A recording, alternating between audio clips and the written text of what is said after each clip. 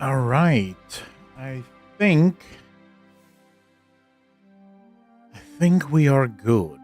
Ladies and gentlemen, Diffin, how are you doing? Welcome back.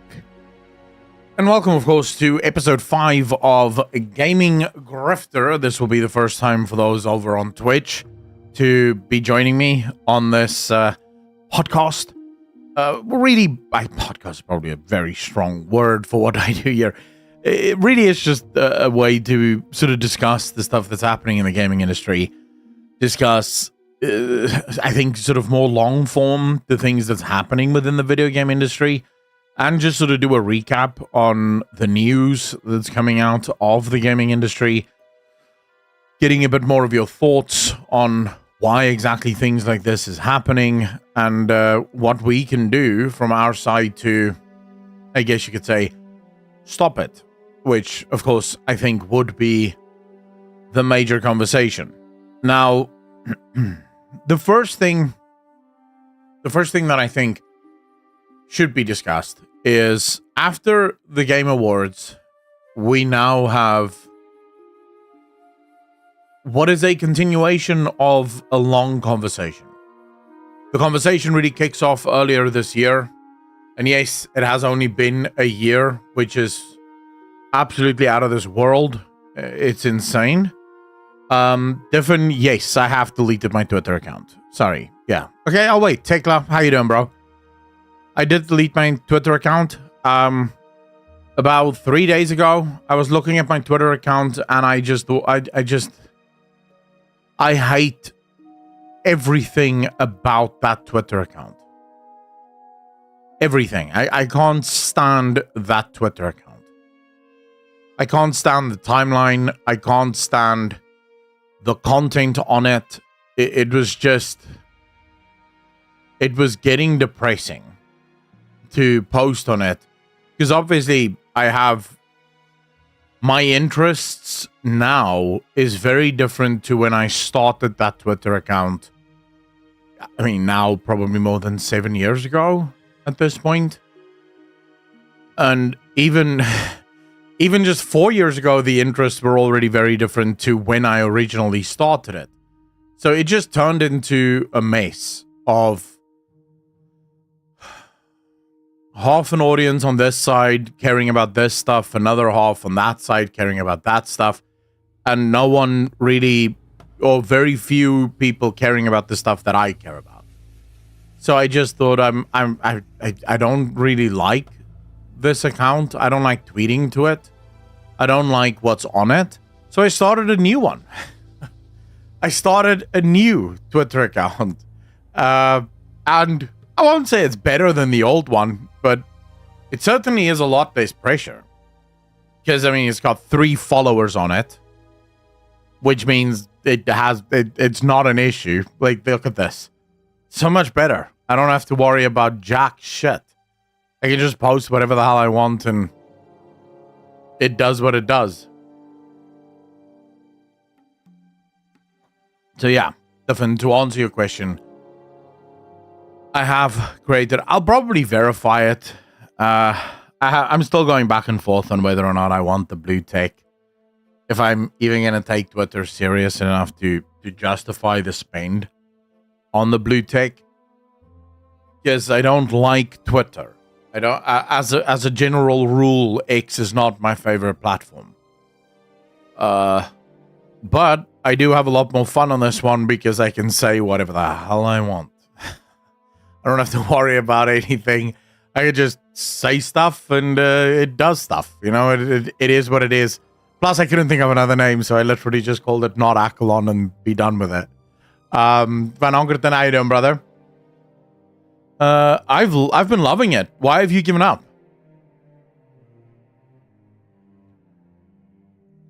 But alright, so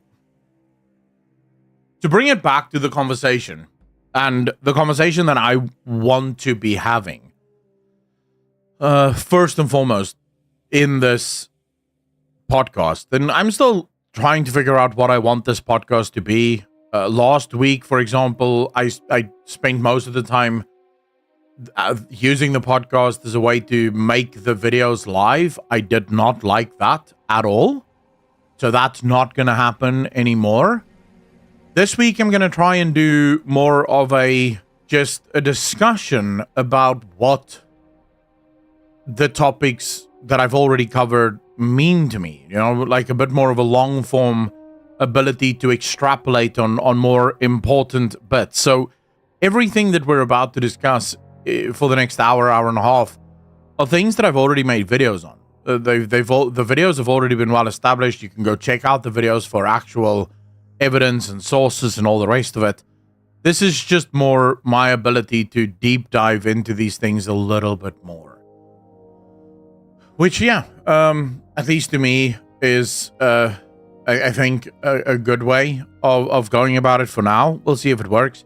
But the first topic that I want to discuss is the direction of gaming. You know, what is happening within our gaming industry? Because really, it started at the beginning of this year, and as I said, it has only been a year, which it feels like it's been much longer. You know, it feels like the Great Awakening happened like 5 years ago at this point, and really, that is just untrue. It was earlier this year that Cabratis first unveiled Gamergate 2.0.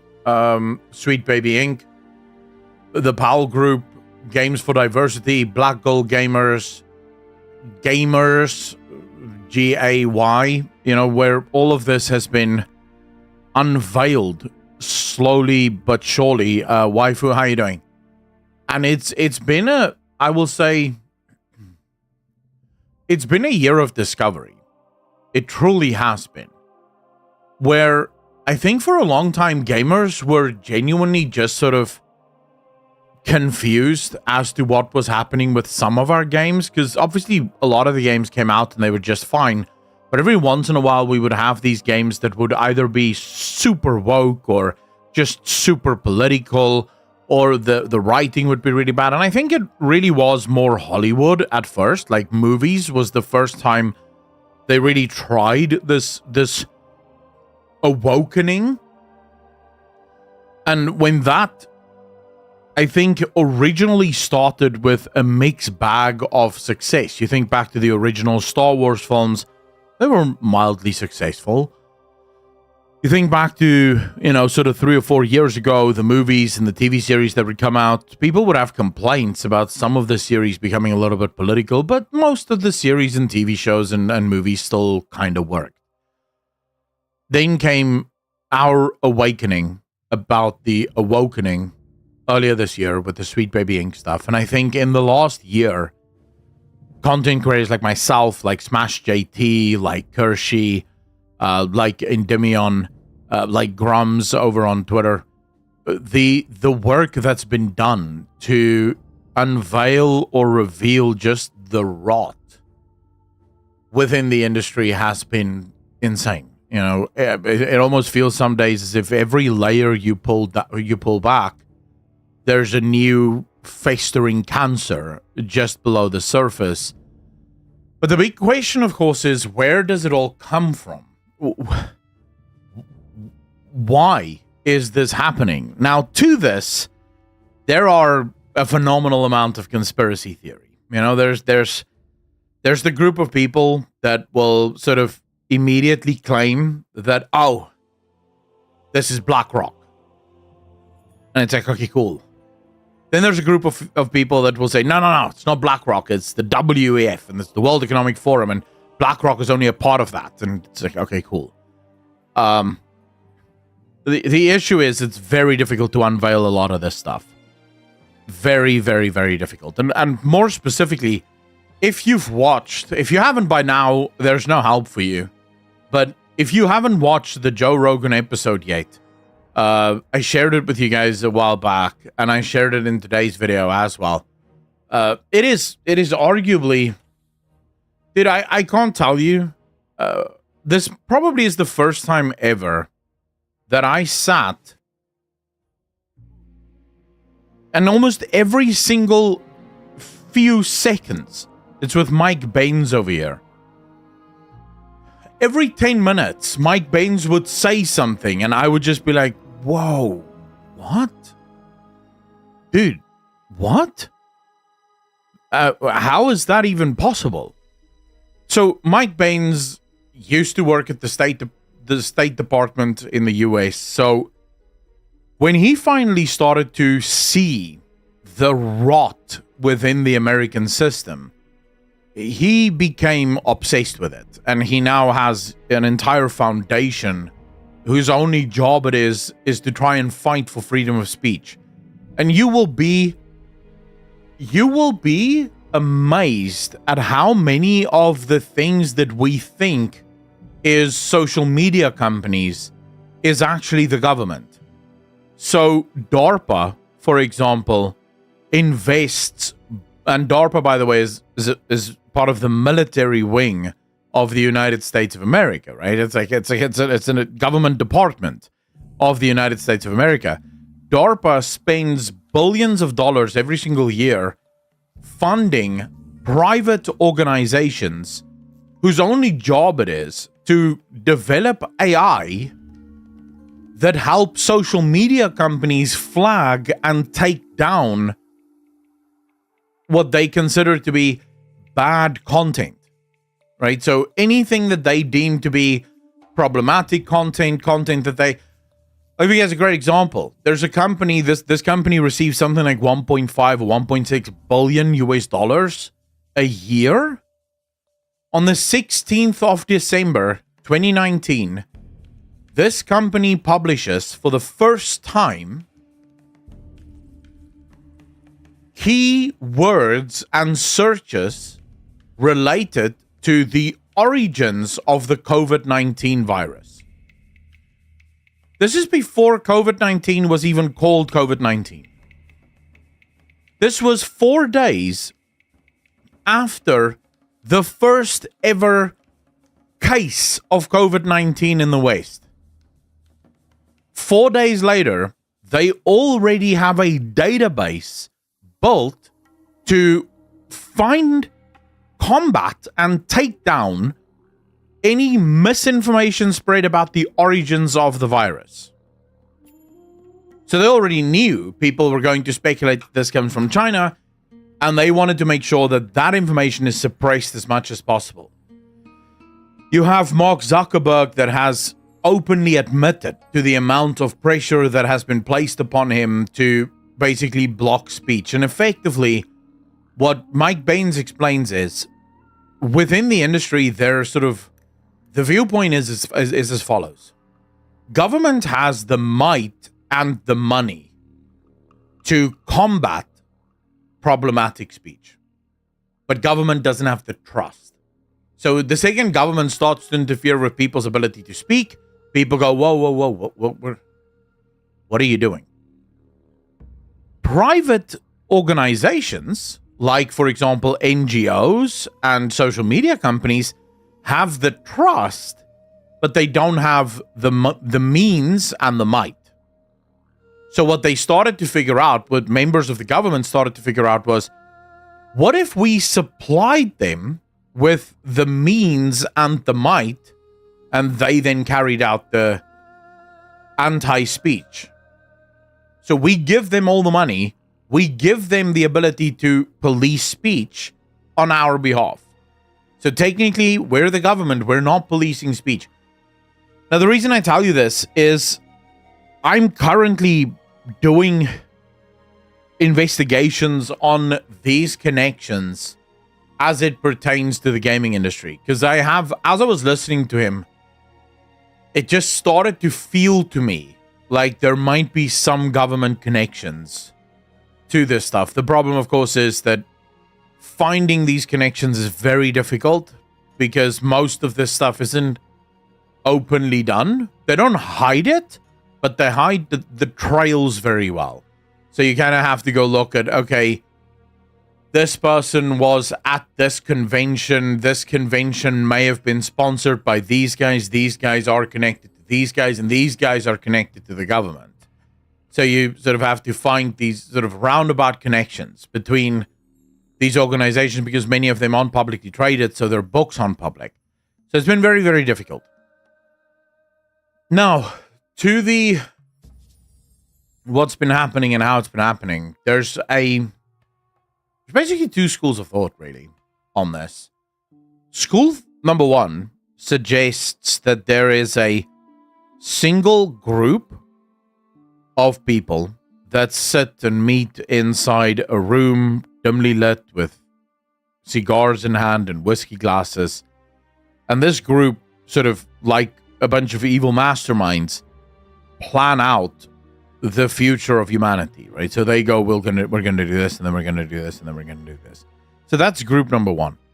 Group number two believe more that this is almost like a union by fate. Now, I fall in this group that believe that it's more a union of fate. You see, the people. So, if you believe in the first group, so if you believe that this is BlackRock or this is the World Economic Forum, what you're effectively saying is that it would be possible for humans to plan out the future of humanity with all of its complexities and its almost eccentricities. It's impossible. You're talking about a chaotic system where each individual element of the system can make wildly different decisions to what you may or may not have planned for. So I personally would argue that that's not how I view it. I think it's far more likely that what you're dealing with is a group of people that all came from the same backgrounds. They grew up in the same neighborhoods. They went to the same primary schools, to the same high schools, ultimately the same universities. So they think the same as everyone else. The way they look at the world is very different to how you and I would look at the world. And the reason you and I look at the world so very differently is because the world that they live in is a world that you and I cannot even begin to imagine. I will say, though, that's true for our world as well from their perspective. You see, so when they think to themselves, we should make games with lesbian-looking masculine female characters, they know that there will be some gamers that don't like that. But since they like it, so Neil Druckmann likes this character, and I would imagine that most of the developers that work at Naughty Dog look at this character and go, she looks badass. Since they like this, they can't begin to fathom that the majority of people do not agree with them. Like, they understand that there might be some people that don't agree with them. But when you try to explain to them that, no, actually, it's all of the people that don't agree with you, this is something that's very difficult for them to understand, because from their perspective, everyone they know thinks exactly the same way they do. If Neil went to his friend and he said to his friend, hey, come check out this character that we've just made, and his friend looks at that lesbian, his friend goes, dude, she's so hot, and that girl boss attitude, yes, man, you just know the lady's going to be down with playing this. And Neil's like, right? I don't understand why everyone's downvoting the cinematic so much. Why are people so angry? Like, she looks cool. And you need to understand that from their perspective, if Neil Druckmann was for a moment to consider the idea that he might be wrong, his entire worldview shatters. Everything he believes suddenly comes crumbling down. You see, because from Neil's perspective, I covered this video earlier today. Have any of you watched The Lord of the Rings, The War of the Rohirrim? So in the War of the Rohirrim, they choose Hera. Hera is a character, by the way, that only has a name in the Lord of the Rings books.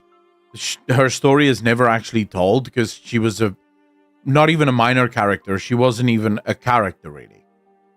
They made an entire anime movie, about this girl boss. The girl boss refuses to marry men, even though the time period that this book would have played out in, set in the universe that Lord of the Rings is created in, by Tolkien himself, this would be unthinkable. Tolkien's universe wouldn't have women deciding not to get married because men ain't shit. Yeah, I mean, you can read Tolkien's books if you want to get an idea of what the relationship between men and women is in the books. Men and women don't hate each other in the Lord of the Rings books or universe, right? But this girl continuously says, I will marry no man. And then at some point she says, I'm married to death. And she says another time, I will marry no man. And ultimately the movie ends with her kissing a girl on the cheek and then riding with this girl off into the sunset. And it's sort of like, okay, why? Why is this the thing? Why is this what they're trying to do within the universe? And the answer is, from their worldview, this is normal.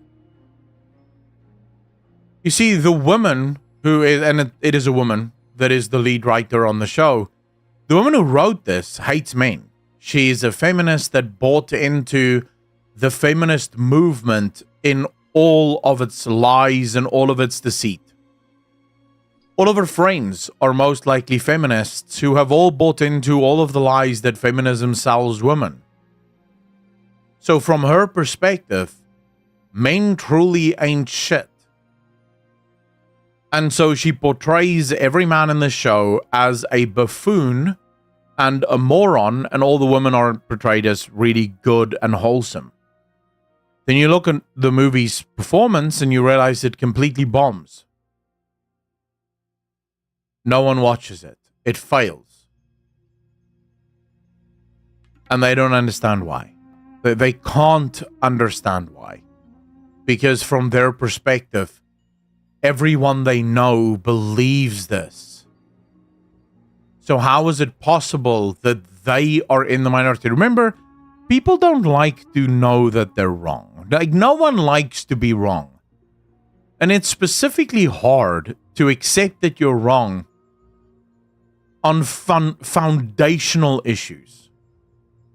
So, for example, if you are a woman, and if there are any women in chat, I know I can see at least one. If there are any women in chat, you will know, or if you have this worldview that you don't need a man, and then men are just absolutely evil and bad, and you should resist men at every point and at every turn. If someone were to come up to you and say, but that's just not true, that's not how the world works, that's not, men aren't bad. You have to understand, you've lived your whole life making decision after decision based upon this worldview that you have. Now suddenly someone is telling you your worldview is completely wrong. And all of your decisions as a result of this is also completely wrong. That's very difficult to swallow, right? That's a very difficult place to be. And so I genuinely don't subscribe to this idea that there's a room filled with a bunch of evil dudes masterminding the world's downfall. I think there's a group of people that come out of the same milieu, that coming out of the same communities, and they all think the same because they were trained to think the same. They can't begin to fathom that there is a world out there that is different to their own. At least not a world that is significant in any way. So if you were to truly ask Neil Druckmann, do you think it matters that there are gamers who don't want to play as a masculine-looking lesbian? He would probably say, no, why would that matter? Why would I care about a tiny group of gamers that want to lose their minds over every small little woman in a video game? And I say, well, it's not a tiny group of gamers, it's the majority of gamers, because we can see how your woke games keep failing. But in order for Neil to accept this, it's a hard pill to swallow. It's a difficult one to swallow. And lady, I apologize, I did not see you. But how are you? They really should stay away from Tolkien's work and create their own fantasy settings. That way can have as many lesbian girl bosses as they want. Dude, I actually think it is...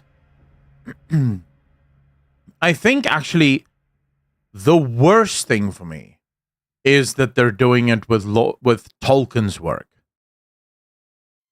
I would actually say that to me is the biggest insult. You see, because Tolkien was a Christian. His entire universe was built and modeled after the Christian story. The way he wrote Malkor and Sauron and the good versus evil within his universe, it's all biblical. Like, the biblical elements in Lord of the Rings is insane. Anyone that knows the Bible, if you ever go back and you read Tolkien's works, it is nuts how many references there are to things that happens in the Bible. And obviously, this worldview that they espouse with, or that they espouse to, is completely incompatible with the Bible. Like, nothing a feminist believes is compatible with the Bible. Nothing a modern-day progressive believes is compatible with the Bible in any way, shape, or form. So to use Tolkien's work, I think, is perhaps the ultimate form of evil. Tekla, how you doing, brother? Gender and CRT studies, that's the name of the street.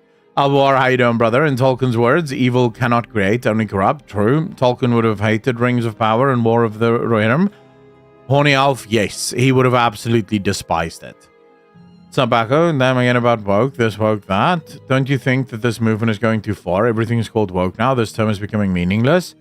Dark Mephisto, okay, so what would be your suggestion for games that so clearly isn't made for anyone? What should we do with that? I'm right there with you. It's tiring to call everything woke. No problemo.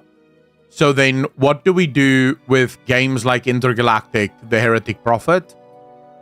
What do we do with games like Dragon Age The Veilguard? What do we do with Dustborn? What do we do with these games? What should we do?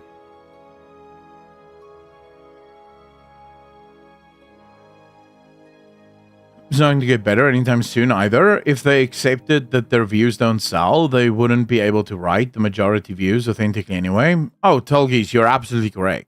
These people are so inundated with this mindset that they would not be able to write a normal story. Because remember, they hate the normal story. That's the big problem. They despise the normal story.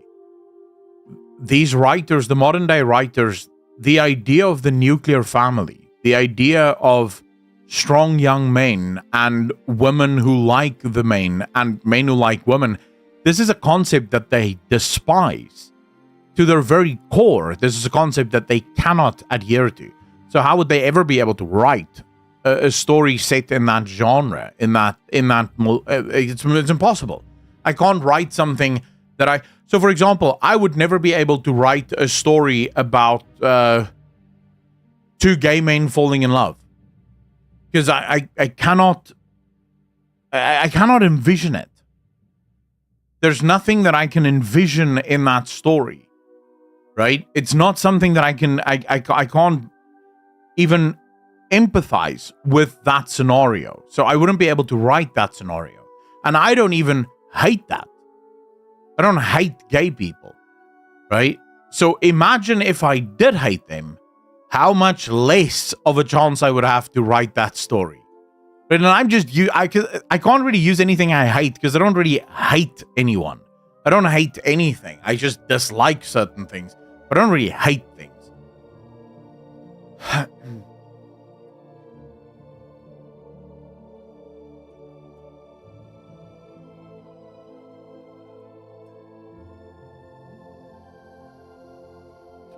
Dark Mephisto, it's interesting that you would say that.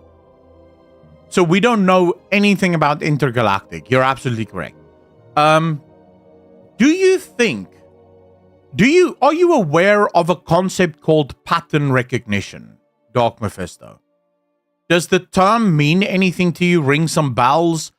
I'll remind you, it is the number one skill that gamers have. In fact, it's the number one skill that games develop. It's a skill called pattern recognition. Humans rely on pattern recognition for survival. If your ancestors had no pattern recognition, you would not be here. It's as simple as that. All right? So, Dark Mephisto, when I see a new cinematic for a video game, right? And I'm looking at the cinematic, and I see within the cinematic a masculine as... By the way, someone took that picture of Intergalactic's female protagonist and fed it into Grok and asked Grok, is this a male or a female character? And Grok answered, based on the build, the tattoos, and the stance, this appears to be a male character. That's the female protagonist of the video game. Is a strong butch lesbian. Now, would you argue that it is entirely outside the bounds of reality to look at that and go, that's an interesting decision, considering the fact that beauty sells?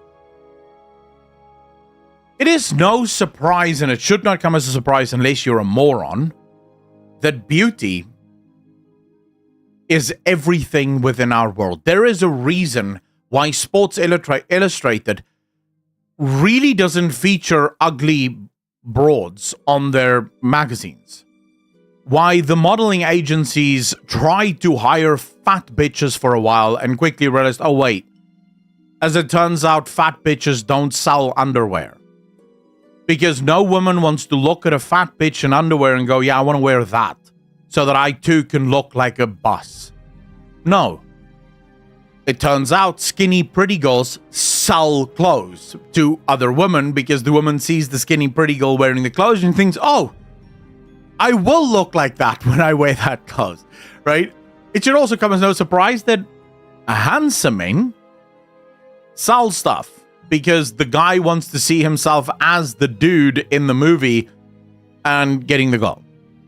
There is a reason why every actor and every actress in our world fills the top 10% of most attractive people in the world. There is a reason why all models are within the top 5% of beauty standards within the world, and it is because it sells. So when someone decides to make a brand new video game, very expensive to make video games, by the way. Let's say that it cost them at minimum 150 million to make. And their decision on selling the game is a masculine-looking butch female with a shaved head. That's the character that they want to use to sell to the audiences. I'm sorry, bro, but I am not retarded enough to walk away from that going, well, can't have anything to do with politics. There can be a million explanations for it. Politics is just not one of them. Okay, I'm sorry. There is no shot. And the reason I know there's no shot is as soon as I saw that character, I was like, what the hell did you do? And I'm not even particularly someone that finds too much offense with that character's looks. You want to know what offends me about that character? Is the least likable character in the history of the world. You have a character that is arrogant, pompous, and an asshole from the beginning. There is nothing to like about that character's attitude at all. And this is supposed to be the character that you want to play with. This is the character that you want to finish the game with. And it is the most unlikable bitch ever. And you want me to believe that, dude, it's not political. Like, that was a creative decision made by people with no political reason whatsoever. And then the response from me would be, it's funny how all of these non-political decisions look the same. Like, you guys keep telling me not everything is woke, bro. And then I go, well, shit. How does it work, though? Dragon Age the Veilguard, the least likable non-binary character in the world, has the worst, shittiest personality in the world. Pompous, arrogant, absolute girl boss bitch. Unlikable, unlovable, nothing cute or anything about this character. It matches up with everything that we see in Intergalactic. It matches up with every single woke story and movie's female protagonist. They're all deeply, desperately unlikable characters, and they're all the same. And yet, the woke crowd will tell us, oh, you guys are just making everything anti-woke. It's so tired when you guys keep calling everything anti-woke. Like, come on, guys. Stop calling, not everything is political. It's like, I have 10 video games that are super woke, and they all are exactly the same, and yet somehow I'm supposed to pretend like these things are not the same. It's just a coincidence. It's a coincidence that all of your characters look and play exactly the same. It's a coincidence that all of your characters are unlikable for exactly the same reasons. I'm sorry, but I may have been born, but it wasn't yesterday. I am old enough and smart enough to go, and look suspicious. Denying it or either lying or not paying attention. She is sassy. Dude, what the fuck are you talking about, sassy? This bitch, right? This bitch, first time she opens her mouth, it is to bark orders at the person trying to get her the bounty. Then the person trying to get her the bounty is worried about her life.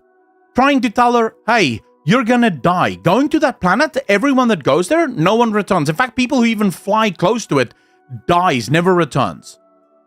Why don't we leave this for someone else?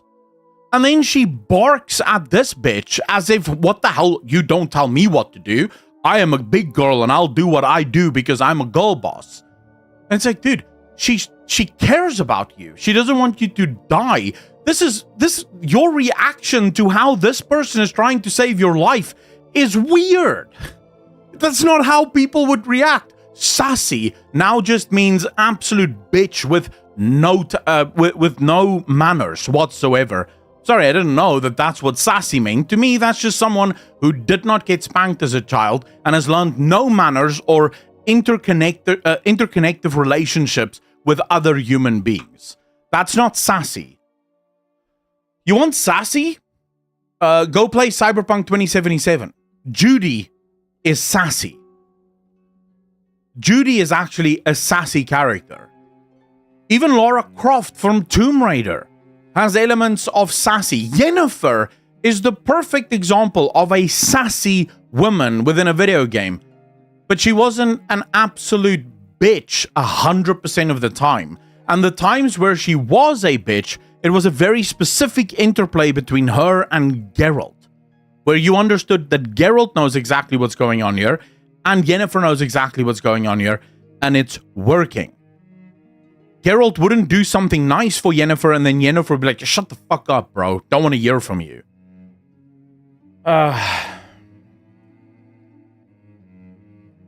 Alright. Woke Gamer. What a funny name. I'm going to relieve you of your time spent with us. Alright? Because I don't really think that you're real. So I'll just remove you. You know, I haven't played Cyberpunk yet. I got it sitting. It's a very good game. Cyberpunk is a very, very, very good game. You should absolutely give it a go. Andres, how you doing, brother?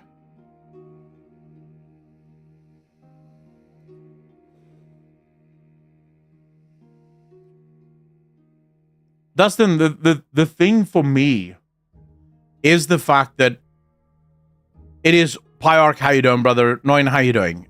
It is the woke left-wingers that will pretend like we are the ones overreacting. It's like, bro, come on, please. Not everything is woke. And it's like, really? Well, why are all these fucking woke video games showing up on my screen? It's like, dude, stop gaslighting. You're not good at it. Like, I don't know what you are doing, but it's not working because all you're doing is just infuriating me and revealing the fact that you're not very intelligent. You're not very bright.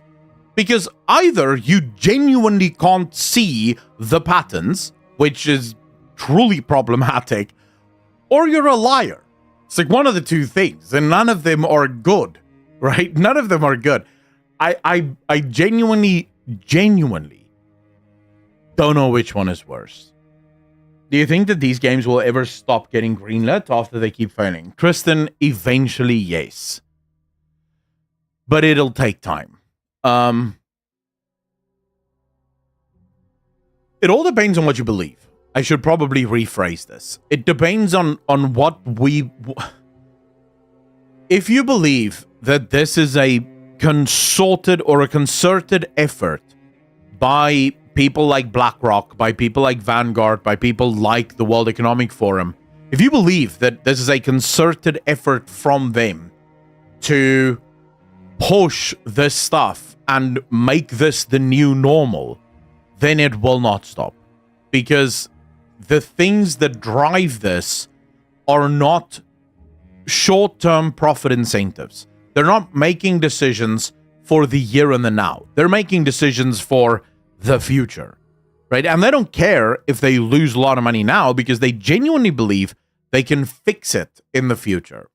Like it'll go back once the gamers awaken and realize that, oh, wait, diversity is good. And of course, I'm not talking about real diversity. I'm talking about diversity for diversity's sake. Once gamers realize that, oh, wait, no, I am a white man, and that means that I should not be in video games. Like, once that happens, all the money will just start flowing in, right? So if you believe that, then no, none of this gets fixed ever. These companies will go bankrupt first. However, I'm not sure. I'm sure there are some true believers in this, and they will ride their companies right to the bottom of the barrel. But I think overwhelmingly, there are companies that will slowly but surely wake up. And they will realize, wait, okay, but this isn't working. We can't keep doing this. And that's really the thing that we have to look forward to.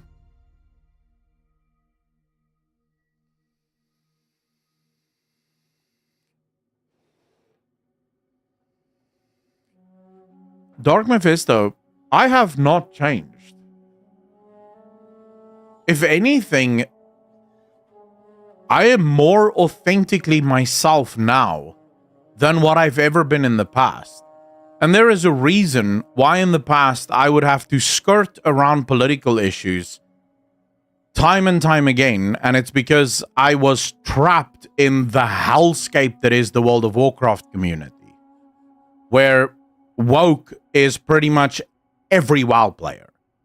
And to find any based WoW player is like finding rain in the desert. It happens maybe once in a fortnight if you're lucky. And I don't mean Fortnite the game. I genuinely mean like a proper Fortnite. So in WoW, I had to close my eyes and pretend like I see nothing. Because it's the only way I could even function. That's why I made a very, very strict decision to cover certain things in WoW lore, not at all. You can go to my channel, you can go check it out. There are certain topics and things in WoW lore that I didn't even touch. I refused to go near it.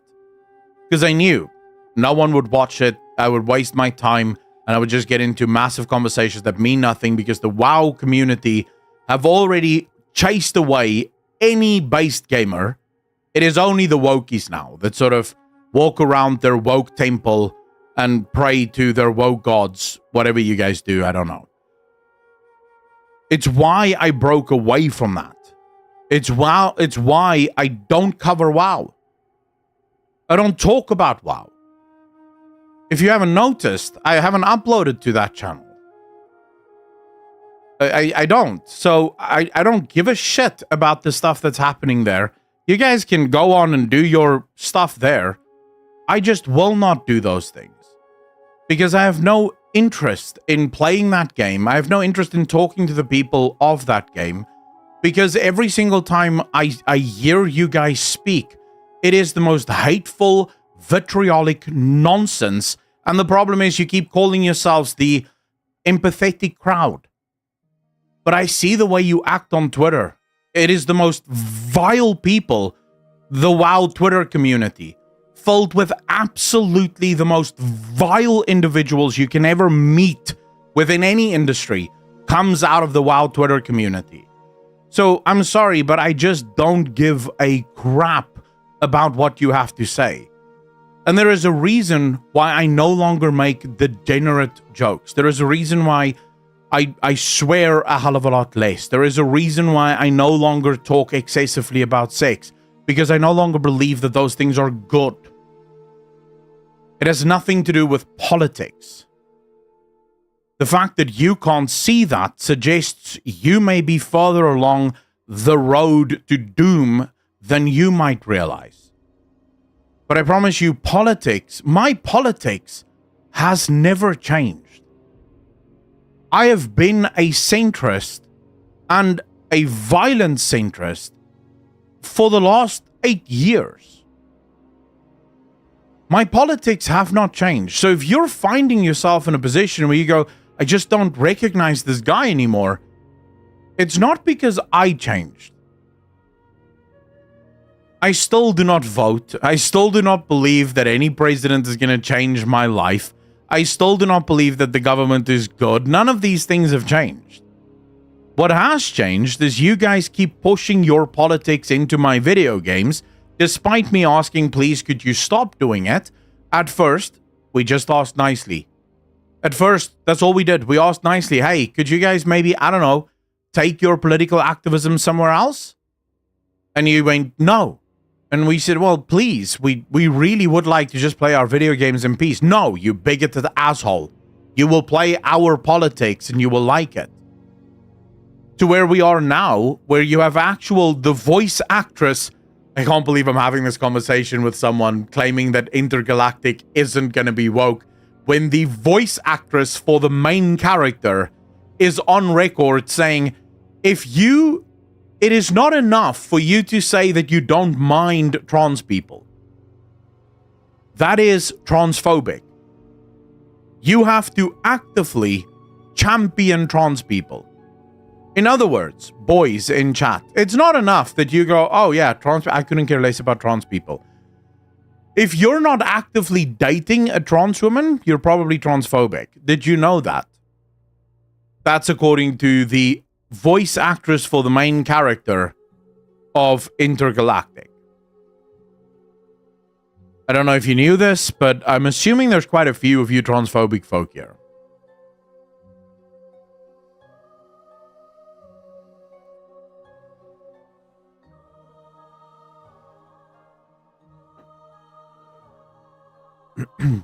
Inquisition would like to know your location.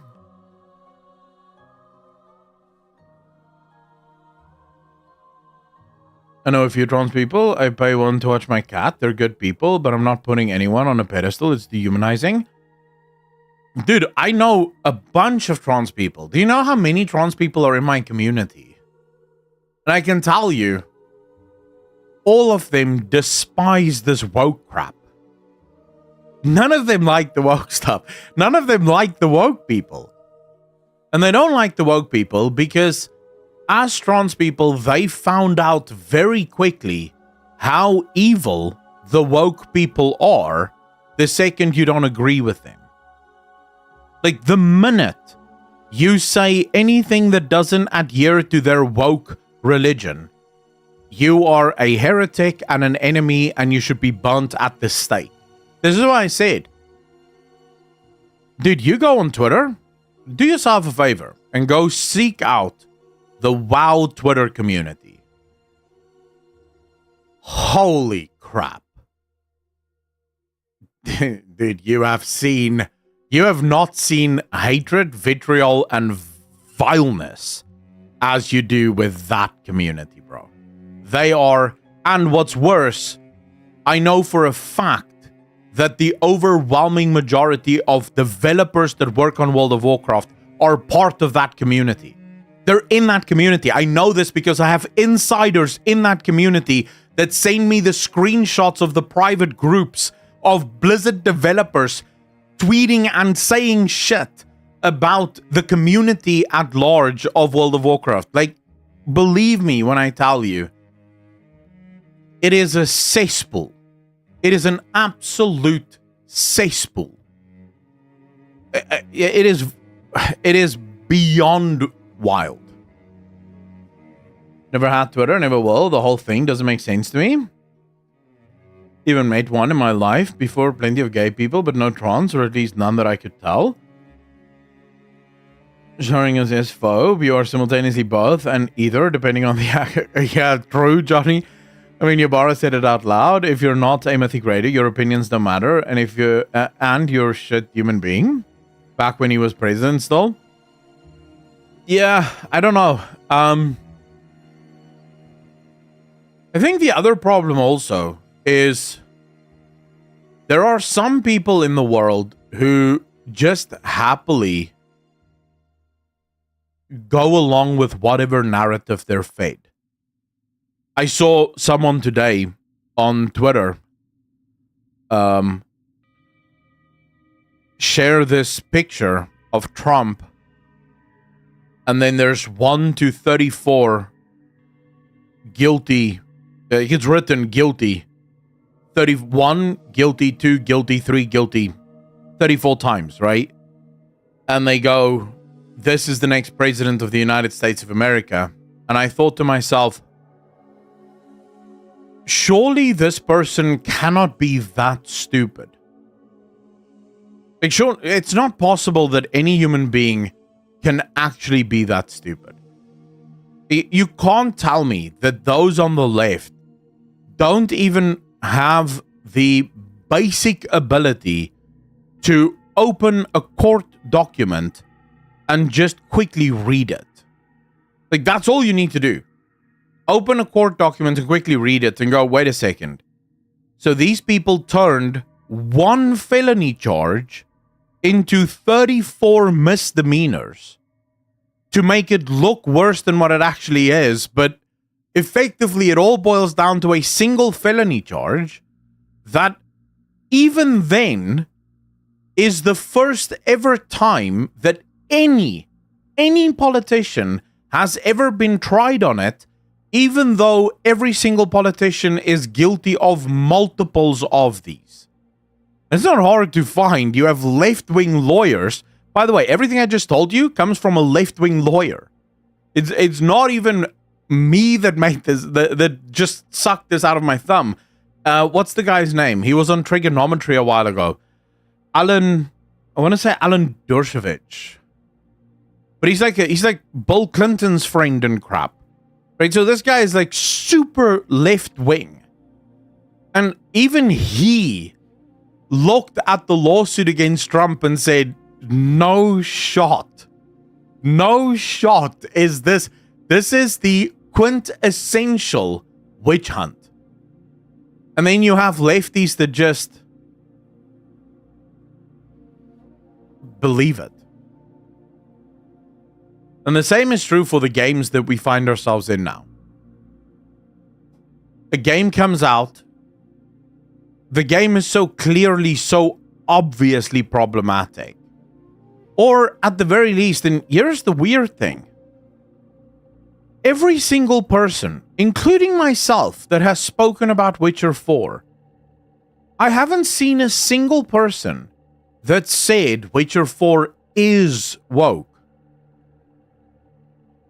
All of us, all of the videos at least that I've seen, and the people that I've seen talk about it, all say, CD Projekt Red, please don't do this.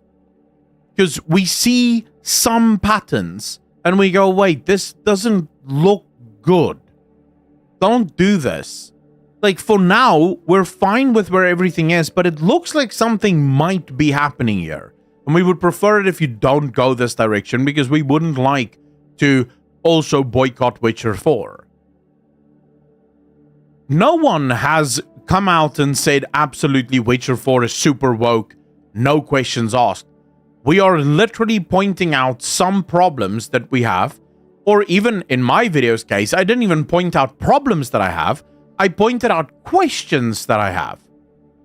I said, I like Ciri's new look, but I can see that they did change Ciri from 3 to 4. There is a definitive change, and I would like to know why the change. If you watched my video, you would know the thing that I took most issue with is the lore. Because if you know anything about Witcher lore, you would know that what Ciri is currently doing is not established, no matter how many times they try to pretend like it is.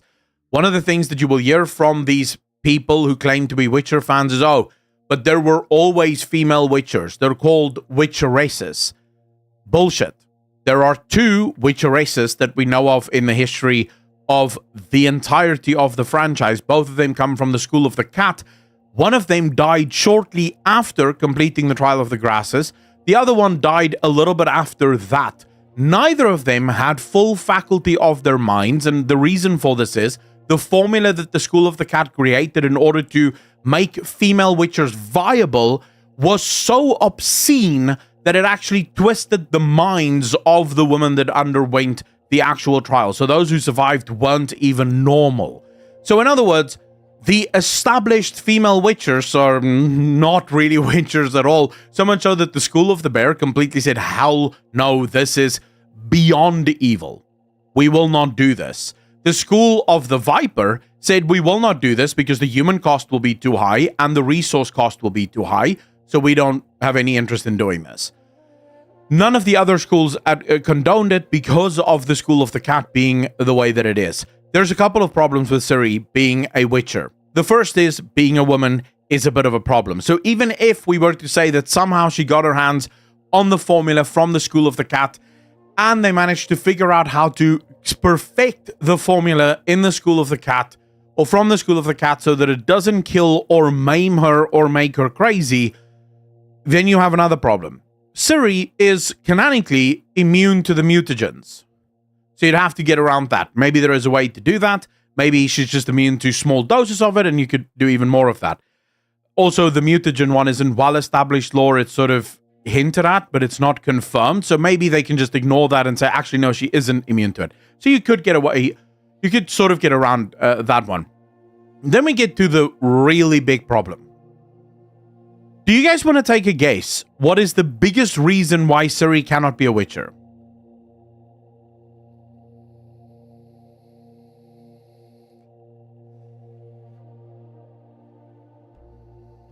Yeah, they straight up said she went through the Trial of the Grasses, Alboar. She has completed the Trial of the Grasses. This is literally confirmed. They have completed the Trial of the Grasses. She has completed the Trial of the Grasses. But do you guys want to know the biggest reason why Ciri cannot be a Witcher? Or can anyone guess? Because there's one reason that trumps literally every other reason. Calamity, thank you. Not the Elder Blood. The Elder Blood you can still sort of work around with. Boys, and only 3 out of 10 survive.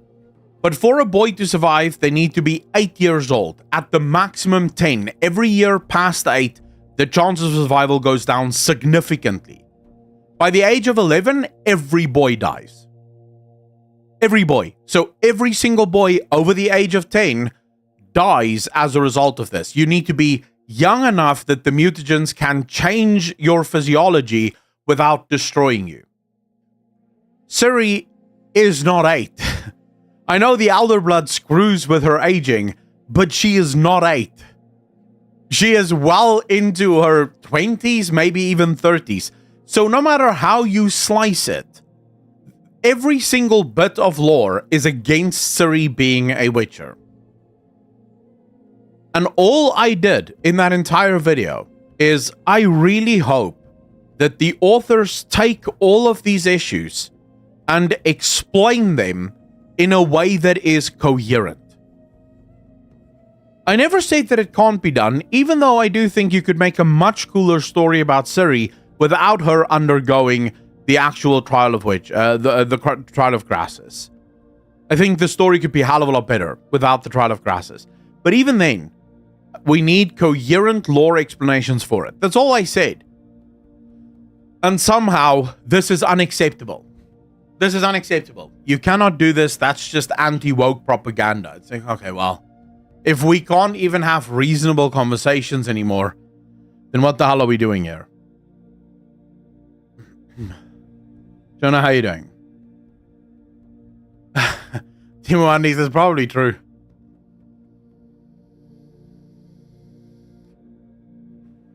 Andres, my problem is exactly that. My fear is that they're so desperate to have a female protagonist that instead of treating it as okay, we have this female protagonist that makes sense of the lore. In other words, the lore suggests that this is the logical next choice. Which, by the way, the lore does suggest that. If you play Witcher 3, every single thing in Witcher 3 points to Ciri being the next protagonist. There's no problem with Ciri being the next protagonist. I don't like people who don't want that, because, like, dude, did you play Witcher 3? Clearly Ciri's story isn't done. Clearly there's still a story to be told here. There's no problem with it. But what made Ciri interesting to me was, I don't know if you guys remember, when you actually play Ciri in Witcher 3, Ciri plays different to Geralt, because she obviously didn't go through the mutations. But she uses her magic instead to allow her to do things that Geralt cannot do. Which immediately made me think, man, this could be super interesting. Like, this could be super interesting. If Ciri becomes sort of like a monster hunter, even though she's not a Witcher, she's a monster hunter or a Witcher in her own right, doing her own thing. And it's like, dude, this could be super cool. But no, now they're just making her a Witcher, and it's like, wait, okay, did you actually think about how you want to do this? Is it going to make sense in the lore? Are you going to explain every single element of the problems that exist within the lore? Because it feels to me you just created a much bigger problem than what you needed to create in order to make Ciri the next protagonist. You didn't need to make her a Witcher. You decided this. Now you have to be really careful how you continue from this moment forth, because those of us that love The Witcher know the lore, and we know exactly how it's supposed to play out. It's not the character herself. She was always the expected continuation of the story. It's with all these new devs that CDPR are doing to the franchise and us noticing it. True. Could she have gotten the mutation from a different world that she traveled to where it works differently? That's another way of going with it. The problem is just the worlds that Ciri traveled to isn't really... like, they're not really alternate dimensions in the same way that we would think of alternate dimensions. So she doesn't really travel to worlds that looks identical to ours,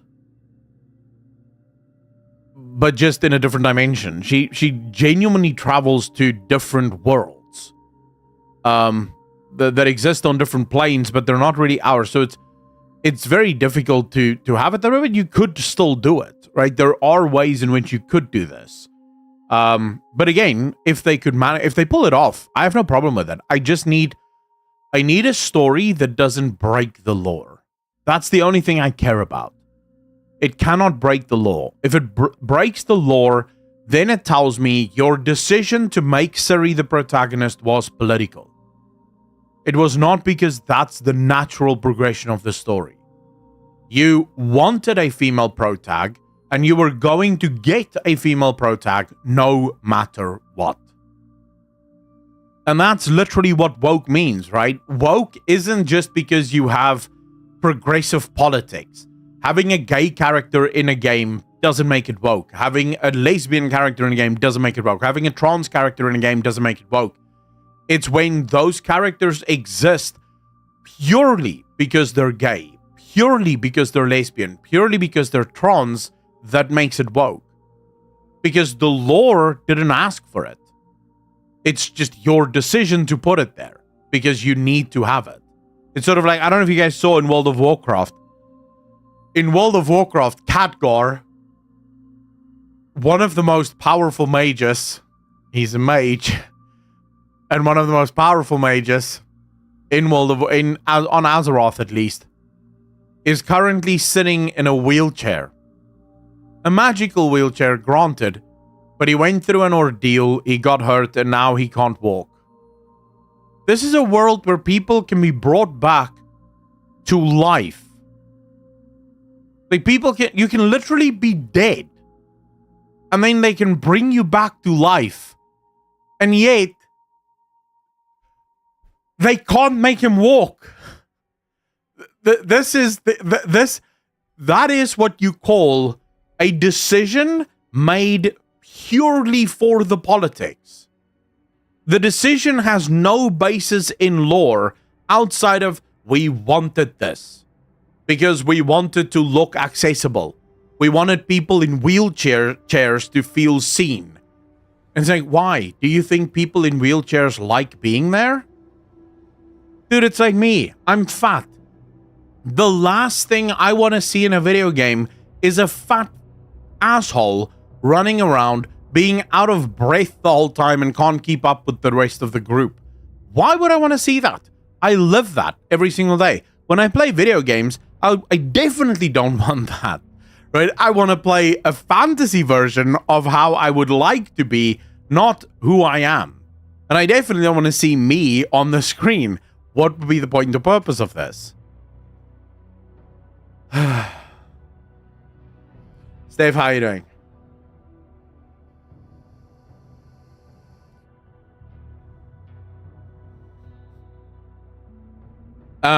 But Noin, wait, no, it's not Noin who said that. Who said, someone, I lost it now, but someone just said something about having a fat. If you want to have a fat protagonist, it needs to be funny. Like, you have to make it comedy. People have no problem laughing at fat people, but no one identifies with fat people. Not even fat people identify with fat people.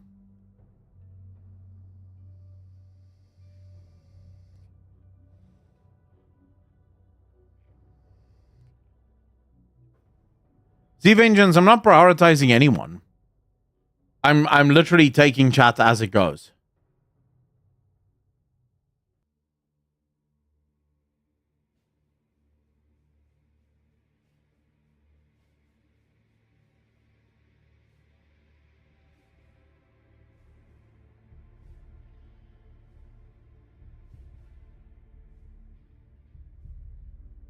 Dark Mephisto, why do you assume that I didn't read the books? There was consideration for her going through the Trial of Crosses, and if you are honest, you will know why they put a stop to it. Because girls do not survive it. They weren't willing to risk it. But of course, there were Witchers who wanted to put her through the Trial of Crosses. Because a Witcher with Elder Blood would be interesting. Would be powerful even. But there's a reason why they never went ahead with it. So using that as an example, dude, there's people who have all sorts of crazy ideas. It doesn't mean we do those ideas. No, Tekla, she did not become a Witcher in the books.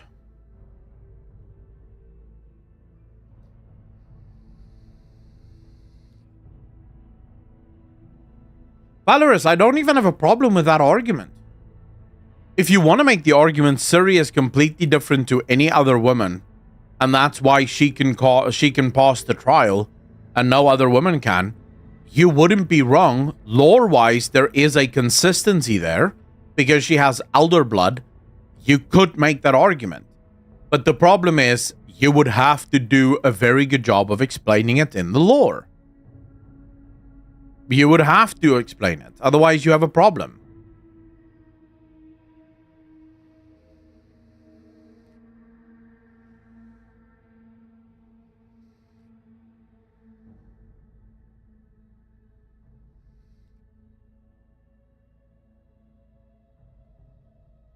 Even in 3, so I don't understand why she would need it. No, and I can't answer that for you. Other monsters that are immune to non-witchers? No. Witchers... The only reason witchers are used to fight this, or to fight the monsters is... Okay, so first, the mutagens make you better, right? So you're faster, your reflexes are higher. There's a lot of things that's better in that. Oh, the other one that really helps, Abaddon, 26 months, part of the Degeneration, appreciate you, sir. Thank you. Is there are some monsters where their scratches or their bites will kill a normal human being. So ghouls, for example. If a ghoul bites a human, that bite festers and kills them within 6 hours. So it's a very painful, very, very painful death. And there's no medicine that can cure it. Because their mouths are so dirty and there's so much bacteria there, it will kill. Even witchers have a tough time. Like, they can do it with their healing potion. I forget what the name is now. But they can do it with their healing potion. But even then, it's a lot of pain. And they usually need a couple of hours to recover. So that's one of the reasons the mutations make them immune to a lot of those things that will otherwise kill normal humans. But technically, any human could kill monsters if they were fast enough and good enough at doing it. Technically, they could.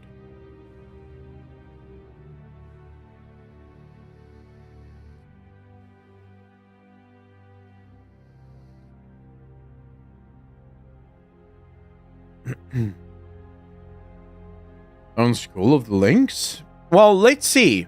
As I said in my original video, and as I continue to say, I am skeptical, but I'm skeptical insofar as I'm skeptical of all games nowadays. It's very difficult not to be skeptical of video games these days because most video games are highly problematic. Doesn't mean that I'm wholly against The Witcher 3 or the concept of The Witcher 3.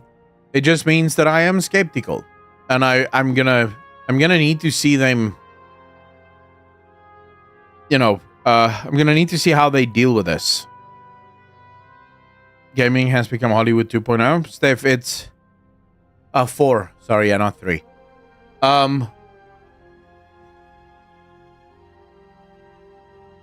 It's sad how far gaming has fallen.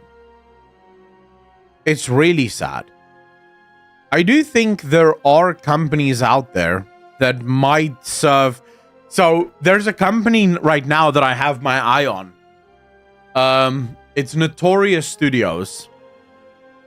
They've been sort of lambasted by the games media for a while back. I don't know if some of that has changed in the meantime. But they were lambasted because their entire studio consisted of 9 men. Like, they just hired a bunch of dudes to make the video game. Which I thought was kind of based. I thought that was kind of based. And there's a couple of other studios out there that appear to, even though they're, they have diverse people working there, they appear to not really buy into the politics. Larian Studios, for example, really scream a company that politically, I most likely do not agree with Sven. But Sven seems based. You see, because Sven understands one thing. As a developer, your job isn't to preach at gamers.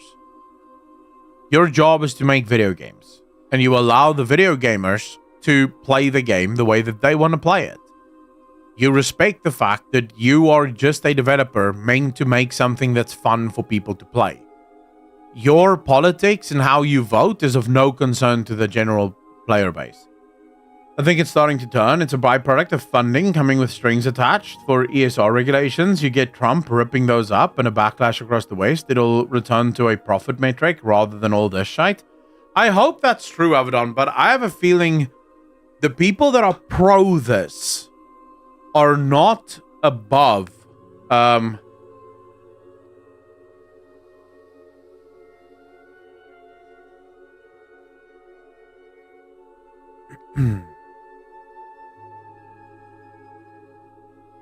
if they are truly ideologically captured, they will do it behind Trump's back as well. They will keep going.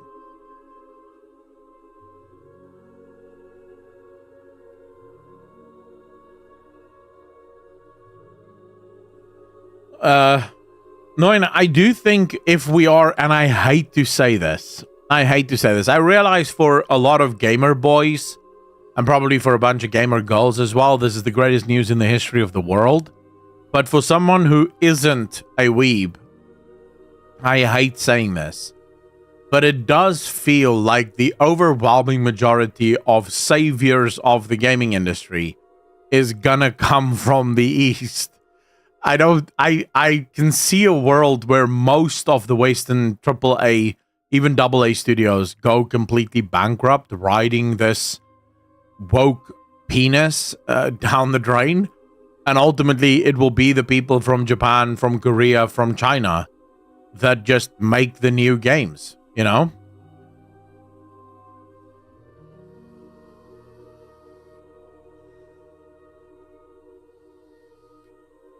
James, when did anyone ever claim that they don't like female leads?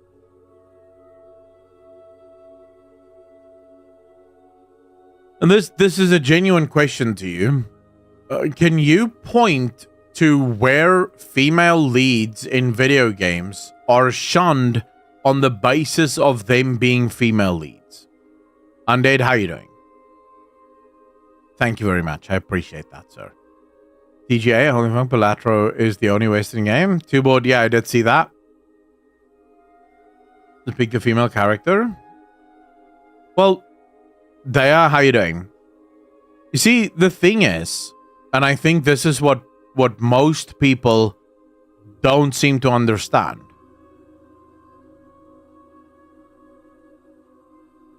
It is possible to have a problem with something that is attached to female leads without the problem being female leads.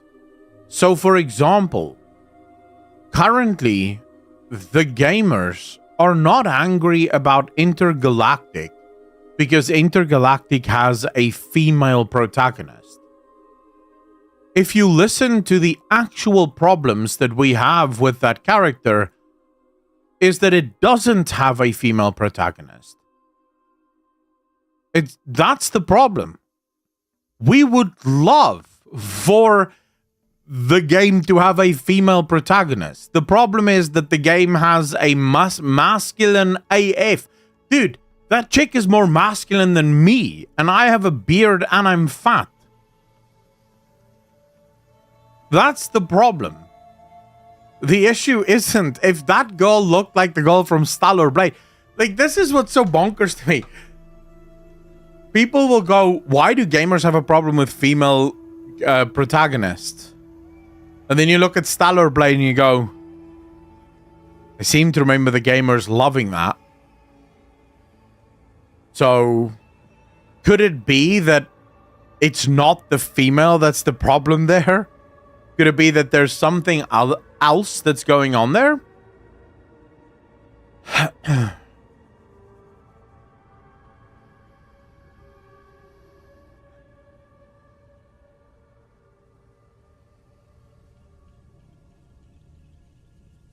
It's not just masculine. It feels like it's trying to be better than real men being masculine.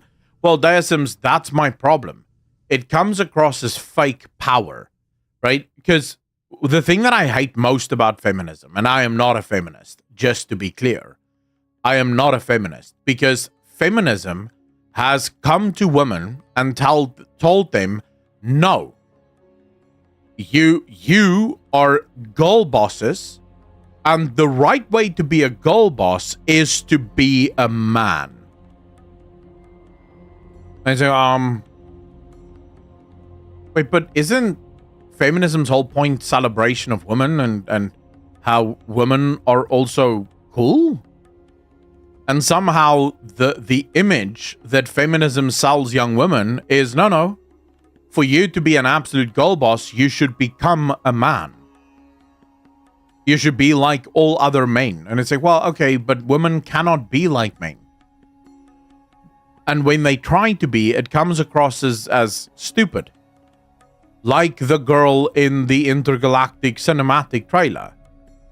It comes across as just weird. It's like, what the is going on here? Like, why are you acting so incredibly cringe? You are being a brat, and you're being an asshole for no other reason than to be an asshole. That's not strength. That's just called bad manners. And this is apparently what women should aspire to be. In the long run, if women try and be like men, it hurts everyone, even the women. Of course, it's all about tone. The moment in the intergalactic trailer where I went, I'm out, was the soda scene. If that is the tone of the game, I want nothing to do with it. That scene definitely did sort of make me go, oh, what the hell am I watching here? I think there's two types of feminism, the real and the fake. The fake is what we've been seeing in the last 20-ish years. I don't know. Let me put it this way. I don't know. Because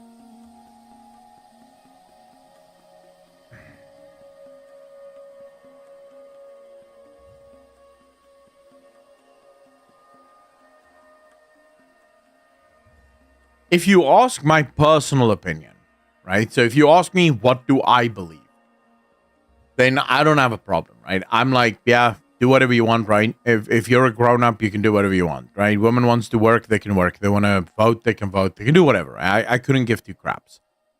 But I also understand, philosophically speaking, there's a number of really interesting arguments. And these arguments don't even come from a man. I don't know if you guys know who Rebecca Goldstein is.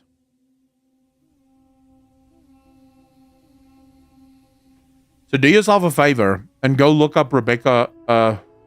It's Rebecca Neuberger Goldstein. I think that's her full name. She's a philosopher. Very, very good. Like, she's a really good philosopher. And I was watching this talk about feminism that she was on, where the host sort of turns to her, because one of the guys on the panel is saying women should never have entered the workplace, women should never have been allowed to work, and women should never have been allowed to vote. He's making all of these sort of red pill arguments, right? And the host turns to Rebecca as a sort of, well, you know, give us the actual, like, counterpoint to this. And she goes,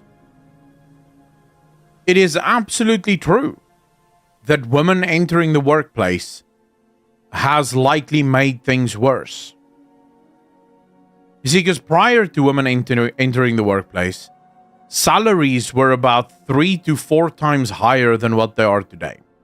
Right? So fewer workers mean higher wages.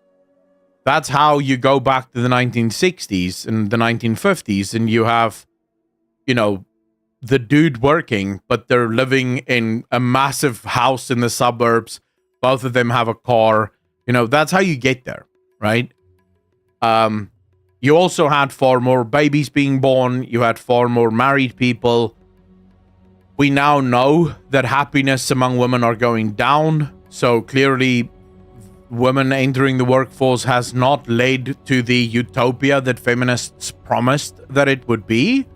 Because feminists promised that if women can work finally, they're going to be the happiest ever, right? But women entered the workforce and they're more unhappy now than what they've ever been. So it's sort of like it's a bit of a give and a take, where I don't know what the answer is, because I don't think the answer is just telling women you're not allowed to work. I feel like once that's been opened, like once you've opened that door, I don't think you can shut that door. So I don't necessarily think that's the answer. And nor would I want that to be the answer, because I don't like people telling other people what they can and cannot do. No matter who that is, right? I don't think a man should be able to tell a woman what they can and cannot do, and I don't think a woman should be able to tell a man what they can and cannot do. As long as what you're doing isn't interfering with anyone else, obviously. So I don't know what the answer is there, because I imagine there were also downsides to women not being able to work.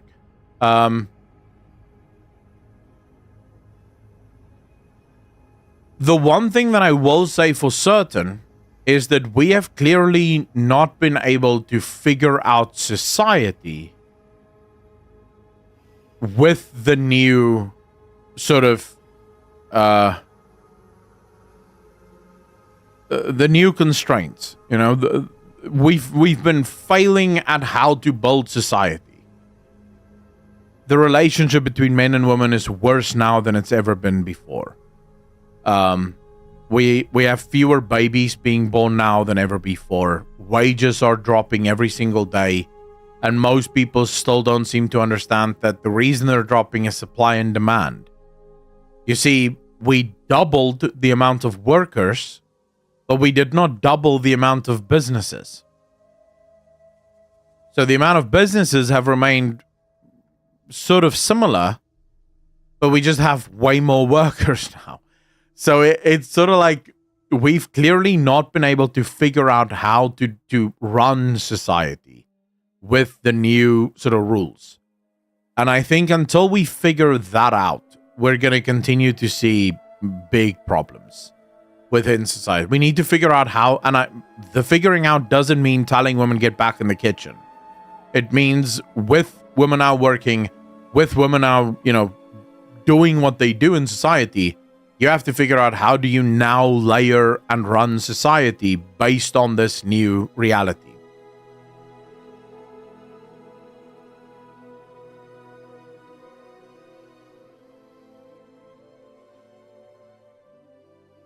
Well, Albiwar, did you ever go do the research on what happened around the world at the time of this conversation between should women work, shouldn't women work?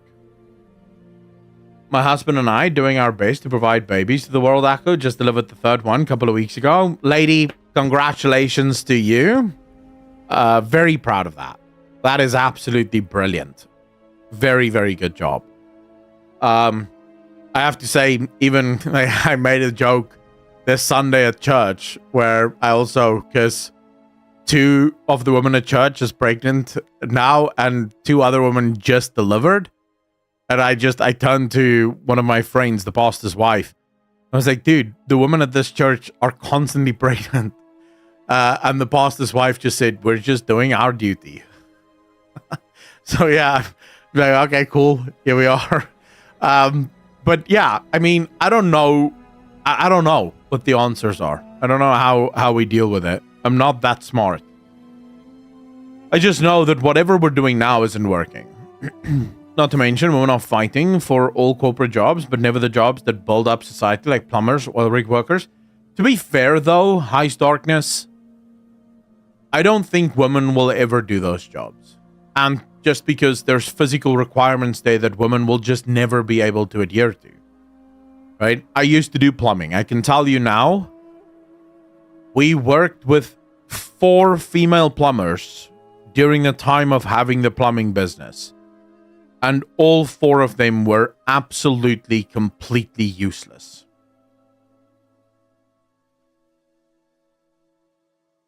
And not through any fault of their own. It's just that plumbing is physically demanding. you are oftentimes working in very weird situations, very weird positions for lots and lots and lots of hours. So if you don't have the physical strength, you're just not doing it. You're not going to be able to do it. Just jobs, but it's just that is the road the world is heading. True. You are correct there.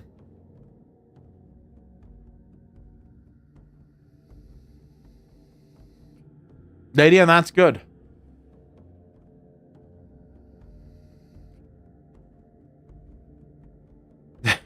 That was yeah, pretty much. And for me as a man, manual labor and saunas later feels good. I don't know how to explain it. It just feels right. Rolex, so I don't do physical labor, as you can tell, right? I'm not a man prone to the physical, laborious work of life. And yet, even I can admit that a few, like 2 weeks ago, I think, we were helping a friend of ours move house. So they were moving from one house to the next and basically carrying out furniture, carrying out boxes. Like, dude, my entire shirt was wet with sweat. I was dirty as all hell by the end of the day because you're in and out and sort of just constantly working. By the end of that day, I remember sitting down in front of my PC and I was tired. Like, I was sitting here like this and just going... But I felt good. Like, I was hurt. My back was hurting. My hands was hurting. My arms. Every muscle was sore. But I felt good. I don't know how to explain it. But it feels good. I'm the same as you. I don't know how to explain it, but it feels like you got a good day's work in. You know? You worked like a man. The older I have gotten, the more I enjoy a hard day's work like that. KV, yeah. Hard day's work always feels good. No matter how you feel, it is fulfilling. True. Sounds like a good time. Yeah, man. Brothers, yeah, I've never felt that. Really, Acedia? Do yourself a favor. Go do...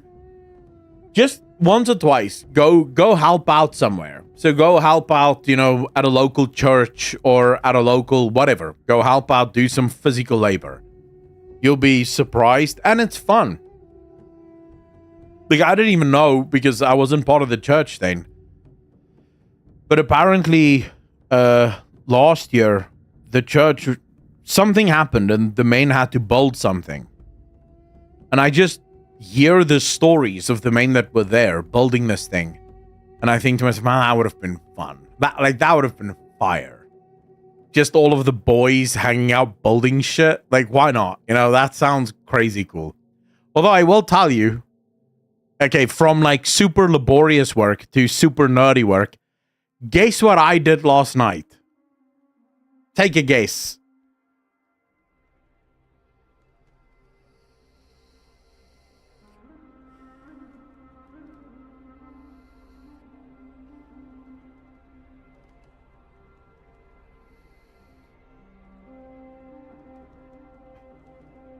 Space, no.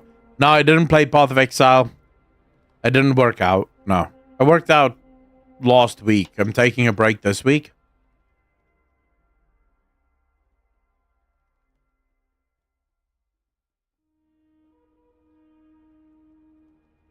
No, Z Vengeance. So, I love my church. Both my pastor and his friend, who's also now my friend. Like, it's me, my pastor, his friend, and my brothers. We've all sort of very quickly became very good friends. And the reason for it is we're all gamers. Like, every single one of us are gamers. So last night I went to his house for a barbecue and to play Civilization, the board game. Dude, the board game is better than the PC game. I hate to say it. We spent 5 hours playing the board game Civilization. And it is good. Like, it is such a fun game. Like, the board game is so much better than the PC game. You have no idea. It was so much fun. See, I didn't even know it either. I went to this dude's house where we had the barbecue. And he took me into his study. Now, his study is just a bunch of bookshelves from one wall to the next. Board games everywhere. So it's literally just board games. As far as the eye can see, he has the Dune board games, like 3 or 4 different versions of it. The Lord of the Rings board game, I think I saw there. He has like every single board game you can imagine. No, not the Monopoly ones, Digit. Like proper high-level nerd freakout. The night before that, I was at his house as well. And we played a game called Crime Something. Dude, but this is also super fun. It's called Crime Something. And you play the game with an app on your phone. So you have all of these cards and stuff in front of you, but then you have to figure out a murder. So it's 1 to 3 people playing together, 1 to 4 people, and you get a case on, like, you choose a scenario, and then it tells you, okay, this person just died, and it gives you a number. Then you choose the number from the pack of cards. This is the person, you put them down, and then it tells you, okay, so then you can scan the QR code for the person that just died. And it tells you who this person is in the scenario. And then it tells you where this person lives. And it gives you another number. So then you go to location cards. And you put that location out. And then you can scan the QR code to go to that location. And then you get into the murder scene. Or on the scene. And you can inspect the scene. And you take the phone. And you sort of go 3D around the room. And you look for clues. And then you have all of these clue cards that you can choose all of the things that you see on the screen as you go. So we paired the phone to the TV so we could actually see. And I held the phone and they were looking on the TV, sort of yelling out the things that they're seeing. And then you have to pack all of it out. And then you scan the clues one by one to kind of figure out, what these clues are. Then you have to take these clues to, like, the experts. So either to, like, the crime investigator, or to the medical examiner, or to the pathologist, or to the criminologist, and you have to ask them about all of these different things to figure out who the murderer is. And then once you have enough clues, you can go to the police department and make your case. That was also super fun. Just crazy fun, that. Saban, how you doing? Z Vengeance, it's easier than it sounds, but it does sound convoluted if you're not playing it. But once you get into it, it's actually not that hard. It's just, like, you have to keep track of a lot of things.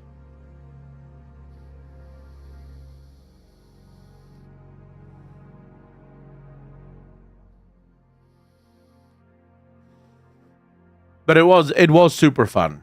But alright, ladies and gentlemen, that's going to be the end of Games Grifter. Or the Gaming Grifter. I have not decided on the name yet. We're going to move over to Twitch now. For those of you that want to come out and just chat there. Right? We can continue chatting about the same stuff. But I don't want this to be 6 or 7 hours long. Because the whole point of this is to be a podcast. You know, that's why the topics are sort of pre-rendered and highlighted so that I can talk about those things. So that other people can watch it and don't have to wait through 6 hours of content. So if you're on YouTube right now, you're more than welcome to join me over on Twitch. If you don't want to, we'll be back tomorrow. I won't be streaming long tomorrow because I have sushi night tomorrow night. Trying out a new place that opened up called World of Asia, I think. No? Hold up. It's called Best of Asia. Sorry, that's what it's called. No, I'm having sushi. It's buffet. You get a buffet, $229. Eat as much as you can sushi. So, hey, you know, why not? That sounds like a good thing. Thundercool, thanks for the follow, man. Really appreciate you. Thank you. Yeah, so I'll be having sushi tomorrow night, but I will be live with the Games Grifter, and we will be hanging out on Twitch until I have to go. So, you know, come join us over on Twitch if you want to. Come hang out, come chill out. Probably going to play some Path of Exile 2 and just chat mad shit or whatnot. So thank you so much to all of you for joining for the Games Grifter. I really appreciate you. And as always, be good to each other, be kind to each other, and I'll see all of you tomorrow. Peace.